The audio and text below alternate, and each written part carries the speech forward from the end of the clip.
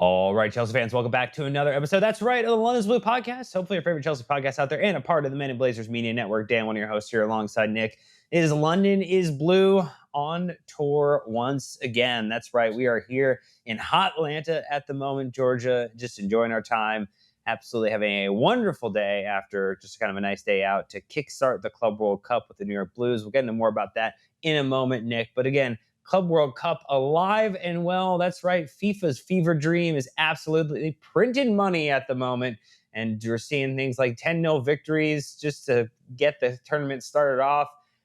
But the real concern I have, this is not an Opta Dan thing. This is just an Opta analyst thing. Chelsea are not being given a lot of probability to go out and win the thing. 8.4%, 6 overall in the probability odds. It's PSG. Number one, 18.5%, which right now they are absolutely smattering Atletico Madrid. You have Manchester City at 17.8% probability. You have Bayern Munich at 12.8%. You have Inter at 12.3%. Real Madrid at 9.8%. And then actually it's Dortmund, Atletico Madrid, Juventus, and Benfica to round out the top 10. Thoughts, feelings, and opinions on how the Opta gods, the Opta lords, the Opta overlords view our probability. Far be it from me to be positive, Dan, but I would actually have our odds at 4th instead of 6th. Here's my reason. I do think PSG are the absolute favorites. They are playing the best football in the world right now. It is, undeniable after their Champions League final performance, what they are and what they are going to be moving forward.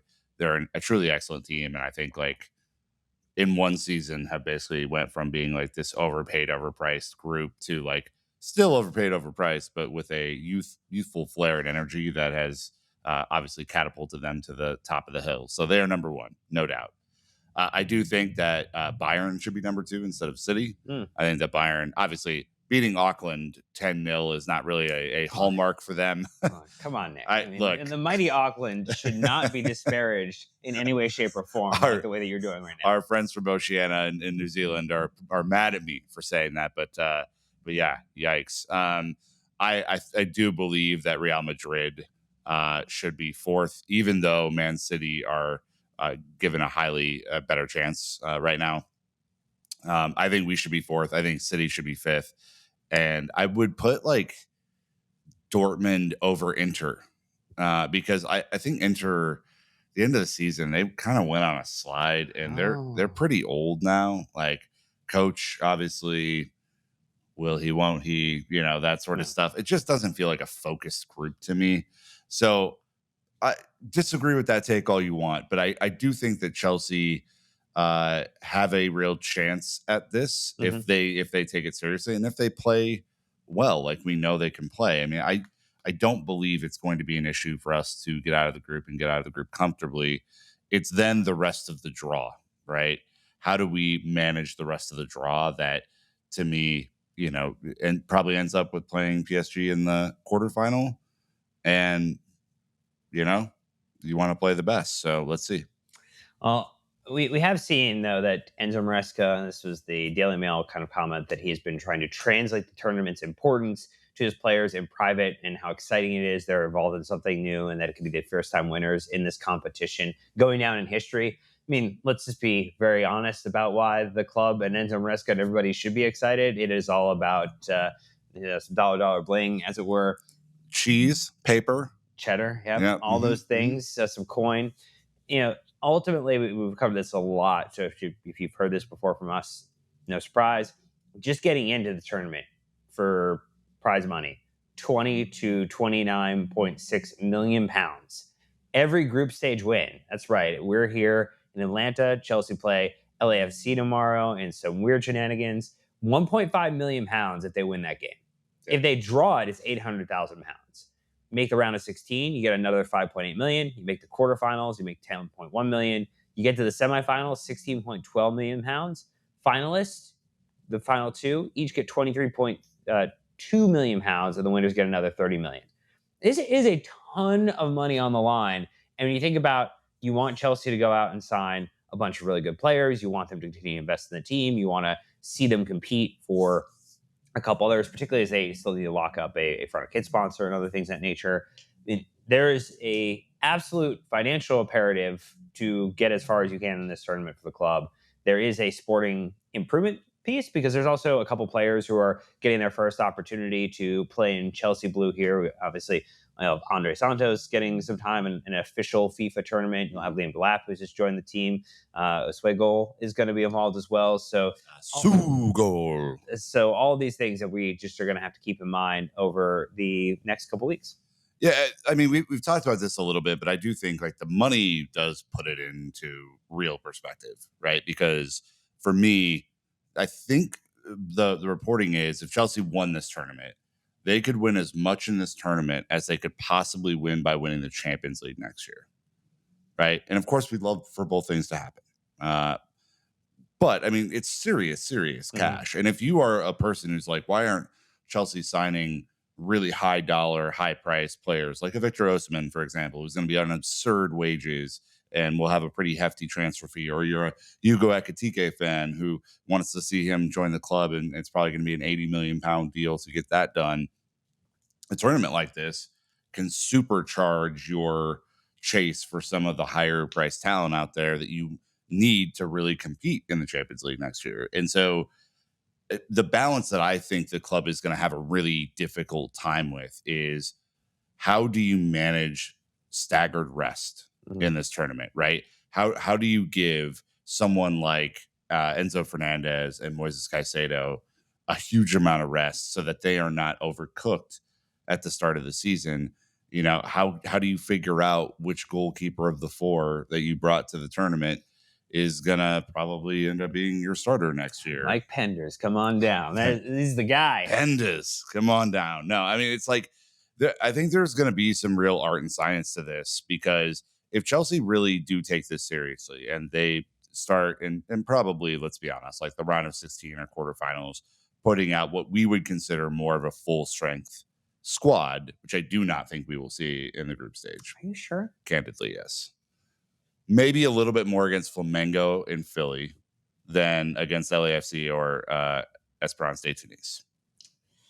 I think it's going to be a pretty strong 11 tomorrow. I have a view, and we'll see. I mean, we will know somewhere around like 12 o'clock tomorrow. We'll be able to find out exactly who is right on that one. You'll have to let us know if you're watching on YouTube in the comments if you agree or disagree on how strong the opening 11 will be for Chelsea in the Club World Cup. But before we get deeper in this episode, we do want to talk a little bit about like what's just happened in the Club World Cup so far. The fact that as of time of recording, you have effectively started almost about to start the transfer window again in England. So all the transfer shenanigans are about to begin, which is going to be interesting to see how Chelsea balance that with also competing in this tournament, even though it's different parts of the organization taking that in action here. And then I think we want to talk a little bit about the recently announced away kit, because Nick has some thoughts and opinions he needs to share as our fashion guru on the pod. But look, we're going to do all that. But before that, we also just want to extend a huge thanks to the New York Blues and also our friends at Mick Ultra for our London is Blue Live series that we did, first kickoff event this past Saturday in New York City at Legends. Wonderful, wonderful establishment for football and for fine pints, and to have a really, really great time just with other supporters. I mean, we ran into this guy, Jim, at the bar, a Liverpool supporter, like a hotelier of 30 years. And we just had like a chat with him like for the hour before we waited for everybody to arrive. Like, it was just a phenomenal event. We were super appreciative that everybody came out. If you're going to be out in Atlanta, we'll be at Stats Brew Pub before the game. And then also, Atlanta traffic is terrible. Just like terrible. It is awful. If you're visiting and you've not been before, it's awful. Don't go immediately try to get an Uber and get back to your hotel. Just come back to Stats Brew Pub and hang out with us afterwards, because we do both. Yeah, so the schedule, if you're listening to this in the morning, you're like, what the hell's going on? It's also on social, so you can go follow our socials. But if you're a pure audio or YouTuber, I'm coming with all the deets for you. Stats Brew Pub, it's like a 7 to 10 minute walk, I think, from the stadium. So it's very, very close. We're going to be there at noon Eastern, and that is going to be kind of our like activation time. So I think we're going to do some trivia. We have a few prizes to give out. Ultra will be there doing a thing, have some swag. And then we're calling the after the post match, the Mick Ultra happy hour, where you can just come and hang out. We'll be there right after the game as soon as we can get there, probably like 5:30ish is a safe time. after the game ends at 5. And then we'll go until like 7:30, 8 o'clock, whenever it makes sense. And just come and wait out the traffic, because to try and escape the stadium area alone at 5 o'clock is going to be a nightmare. But then to add in the rest of the traffic on a work day on a Monday is a pretty crazy thing to do. So you might as well have a couple of beers, or wait for that Uber if you've been consuming the alcohol, and really just hang out with us, because we're just going to have some fun and probably watch the rest of the games, and get some food and that sort of stuff too. So really appreciate everyone who came out on Saturday. It was a fantastic event, and I just a huge amount of praise to the New York Blues, they've cultivated such a good atmosphere for every newcomer that walks into Legends or the Football Factory downstairs.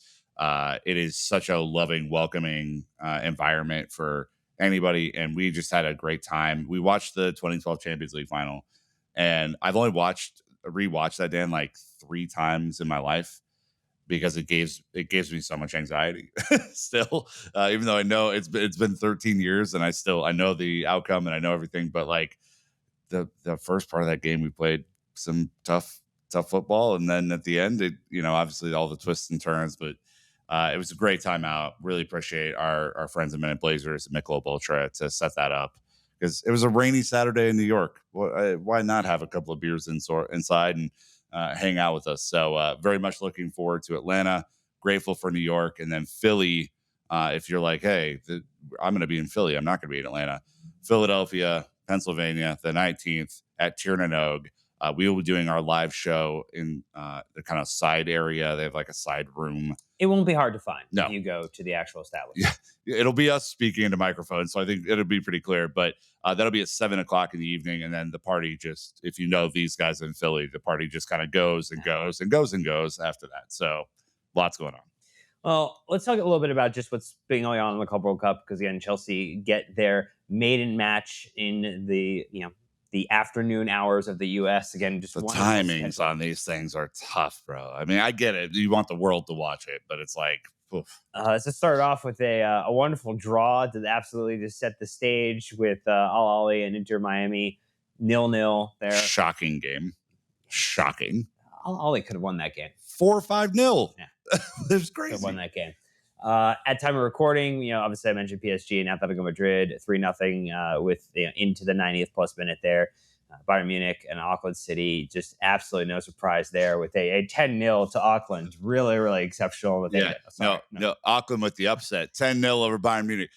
Eat it, Bayern. No, obviously Bayern wins that. Yeah, and then we will be very excited in the coming hours here to go watch the Palmeiras and Porto game, particularly because one Estevao is actually going to be starting in that match. So it's probably the one thing I think probably Chelsea supporters might be the most disappointed about with this campaign, with this tournament, that you would have loved to see Estevao start to establish himself for Chelsea versus playing for Palmeiras. But it did feel like that was kind of here's what we're going to do to make you feel good about this type of transfer and bring him over eventually. And I don't know. I would love to see him playing for us in this tournament, though. Patience, Dan. We said it. Can't be that patient. We said it. Patience. No, I would love to see him playing for us in this tournament, but I do want to shout out Palmeiras fans. They took over Times Square yesterday. They were at Legends in hundreds. I mean, they are fired up for this tournament, and they are having a fucking blast. And I don't know. It's something about these like big tournaments to me, even though this is a completely contrived, made up thing by FIFA. Let's just be very candid about it. Something about like seeing big fan bases get together and the camaraderie of those fan bases. And like in the States, you can have multiple fan bases in one place gathered together without any issues or any fights or anything like that, which I know. And the rest of the world is like, well, how is that even possible? At Legends, it is possible. And so a huge shout out to the Palmeiras fans. They have absolutely shown out, especially with everything going on in the United States right now. It's just a huge amount of love for those guys. And hopefully they do well, because I think they will. And I think Estevao is going to put on a show. So, I mean, we're heading into a match tomorrow.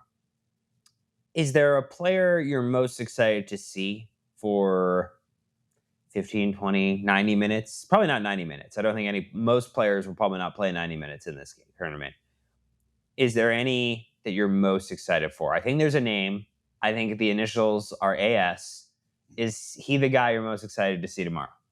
100%. He's gonna. I should mention who it is. Just It's in case Andrey Santos. Just in case.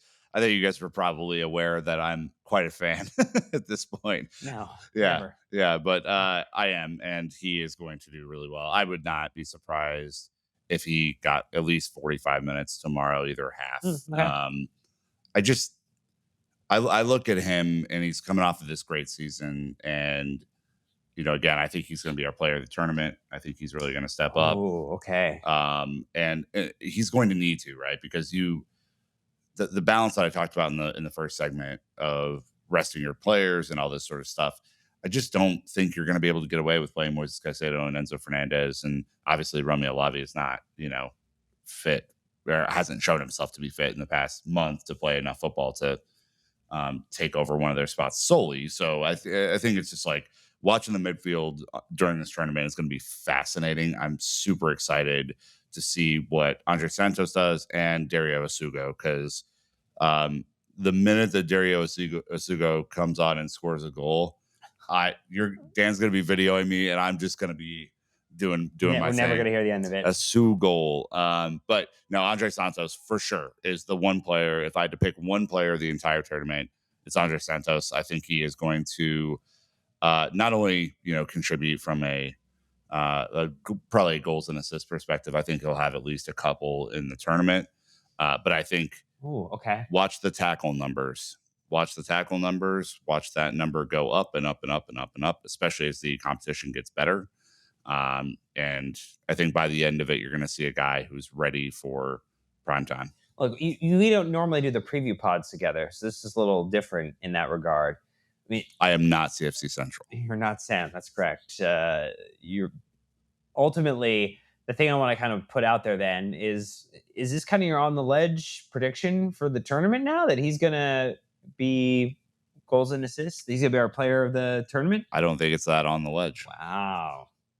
Okay. I'm so like the unabashed confidence I have in this guy is insane. Like you watch him and his game translates to what we do. Like we need someone who's not afraid to get stuck in on the tackle. We need someone who's going to turn with the ball and spray a pass and unlock a defense that might be set up, to kind of stifle us. Right. We're going to need a guy who's going to crash the box and make a header go into the back of the net for the love of God. So all of this he can do. So I'm going to throw a couple of names out at you then and say it's an either or maybe just like more likely, less likely. Cole Palmer as Chelsea's player of the tournament. Then Andrey Santos? Yeah. More likely, for sure. I mean, he's the best player on the team, so I don't think that's a stretch. Enzo Fernandez? Less likely. I don't know if he's going to play that much. Okay. Caicedo? Same. Okay. So it's a push on that one. And just a chaos agent himself, Marc Cucurella. Oh, that's tough. I hope he doesn't play that much. Yeah. I'm desperate. Like, we got to get these guys some rest. Like, the other ones that I'd throw in there just for, like, kind of player of the tournament, and I want to see how you feel about this. Nico Jackson could have a big tournament. Could, yeah. Right? Liam Delap, you've mentioned. Oh, yeah. That's top scorer and player of the tournament, Liam Delap for you. Pedro Neto. Ooh, coming off of long season. Not even just a long season, but winning a trophy again with his national team right before coming to this tournament. So, I mean, that could be a little bit of an interesting wrinkle for him if he's kind of, two tournament victories, 2 competition victories. Could he make it 3 for 3 in competitions over a 3-month window? Long odds here. Christopher Nkunku. No, it's not happening. Come on. That's not happening. I would say that if you were going to give me, I'd say Cole Palmer and Caicedo, just if they continue like the way that Cole Palmer was coming back into form at the end of the season, the way that Caicedo has continued to just be an absolutely incredible footballer to watch. And I am excited to see him play, more games this season, even though I know that it means he's played a lot of football. I do think Liam Delap is the one. If you didn't listen to the other preview we did last week, I think he is my on the ledge individual for this one. I think he could be Chelsea's player of the tournament. I think he could be a. I was going to say Golden Boot thing until I watched Bayern Munich beat Auckland City 10-0. I don't think we're facing teams that are going to give us a 10-0 victory. Mm-mm. No, I think they have a distinct advantage now. Yeah. So I will say that it might be a little bit harder for him to get the Golden Boot, but he could be Chelsea's top scorer, which I think would be a very interesting thing to see. I mean, he finished the end of the season 12 goals, 2 assists. Obviously, enjoyed scoring some goals against Chelsea, so it'll be an opportunity now for us to see him score them for Chelsea, which will be a wonderful kind of piece to be. Nick, also time recording. Transfer window opens back up tomorrow. Thank God. We barely made it those 5 days, I mean, Six. whoa, bro, it was even longer than I thought. I know. It's crazy. It starts the 16th of June all the way until the 1st of September. The transfer window is back open in the zaniness that is allowing window to exist after the actual football has started to play. Well, it is. But we will be talking to some of our friends, Ben Jacobs, this week. We'll obviously be able to have a chance to see a couple of our other friends, Liam, Naz, who are here on the ground. I'm sure we'll be able to talk to them at some point to learn a little bit more about what Chelsea are trying to do while they're also in this tournament. Are you still of the mind that where's your ranking on which positions now in order of priority for you Chelsea need to go out and after in the next couple of weeks? Tied for first. Ooh. Left back. We need just whoever the left back deputy to Marco Gray is, because obviously we need that person in and like functioning. If it's Malagusto this year, great. If it is someone who's like a hybrid, like a Vega or a Hato, great. Whatever the case is, just make a fucking move and get it done. Mm-hmm. You cannot let that go late. You cannot continue to stretch Marco Correa the way that you did last year. You put him in a position to fail, and he didn't. And I think like that is same with Moises Caicedo. There's a bunch of these. So go get that done. The second thing is I want a really good winger, and like that is like I think it's barely left back above winger, because we do have more wingers than we have left backs. But to get like a really good winger, someone who is going to come in and contribute more than the 14 goals and assists that Jadon Sancho did last year, is not going to be an easy task. I don't think that Gittins is that guy right now. Okay. And I know that's who they're going to get because of the City connections. And, my annoyance with that is going to become very apparent over the next few episodes, because it's just like the least creative shit in the world to me. Yeah, but I mean, alternatively, if Romeo Lavia and Cole Palmer and Liam Delap are all contributing and Chelsea are playing and humming along, are you really going to be that disappointed? Only one of those players has played well for Chelsea to this point. I'm saying if they start playing well together, are you going to? Sure. Great. But our scouting reports can't be wider than former Man City Academy players. I mean, they can. I just if it's working, if right now you're 50-50. The analysis, I know you and Sam, I think, have recorded a Gittins special, right? We've talked a little bit about Gittins, okay. yes. Yeah. So whenever that happens, and I'm assuming that it will happen. So we don't say that we've recorded those episodes before, or they've actually been needed anymore, Nick. Sorry to give you a peek behind the curtain. There's some bad memories of recording and dropping episodes before things have been done. Rafinha Yes. being one of them. Oh, the Rafinha special, that was great.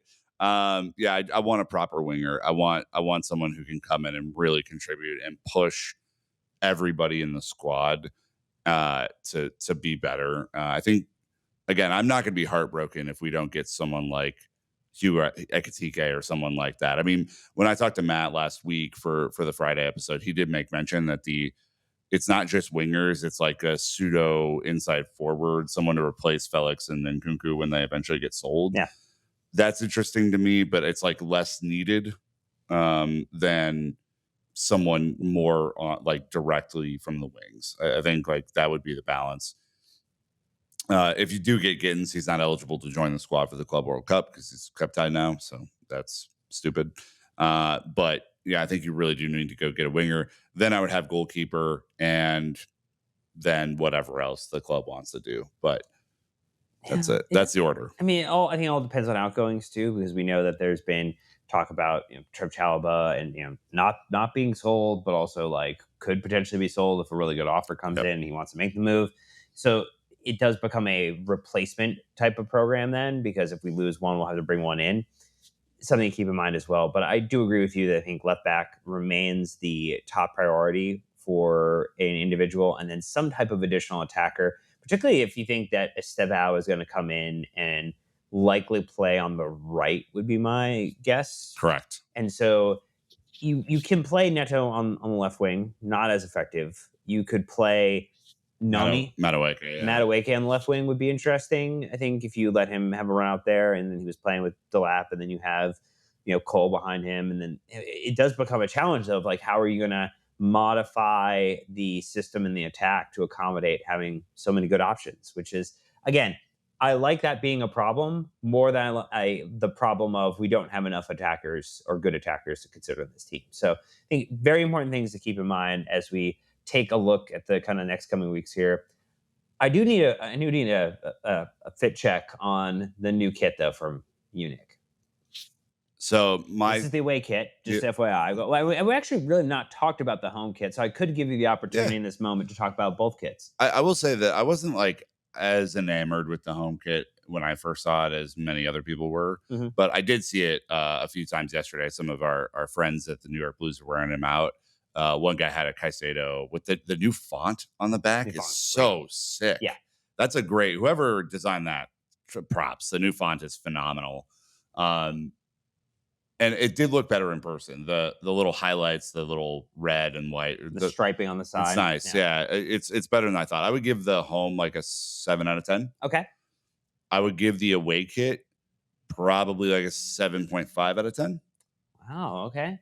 My only beef with the away kit is I like the design. I like what they thought of doing. I wish the stripes were just a little bolder. Okay, thicker stripes, right? Because it does, like when you like, we're looking at it right now on the to give you a peek behind the curtain here, looking at it on the screen here, you don't really know where the green ends and the red begins from far away. Yeah. What I do like are the cuffs around the end of the sleeves, and that we're getting long sleeves from Nike this year, which I think this in a long sleeve in particular would look very nice. If you have seen the mock of the third kit, though, boy, am I pumped for that. That is a 9.5 out of 10 for me. There's not a third kid you've hated, I think, really. I know. You're a third kid aficionado. I really am. The only thing I'm surprised with on the away kit is that they did not extend the colored piping to the collar. I thought the collar would have had the color piping as well versus maintaining it, but maybe because of the stripes in the center, they didn't go and do it. But like, look, better kits than we've seen, I think, overall in some of the other seasons that we've had Nike. So a much better total collection. Yeah, this year looks to be a much better one. And hopefully if Chelsea do all the business that they need to do in terms of advancing far into the Club World Cup, maybe winning the Champions League next season, obviously winning the Premier League as well. I mean, FA Cup wouldn't be out of the questions and cards too. We're winning the quadruple. I mean, the League Cup. Come on. Look, I mean, you have an option to win 5 competitions this year. Just putting that out there. You have an opportunity for 5 chances at a trophy. Chelsea Football Club. Don't do me wrong. This is where you lose me every year. It's like you give Dan an inch and he takes a fucking mile out of this thing. Just how about we are competitive in the Club World Cup and then we see what happens. No, just go win the whole damn thing.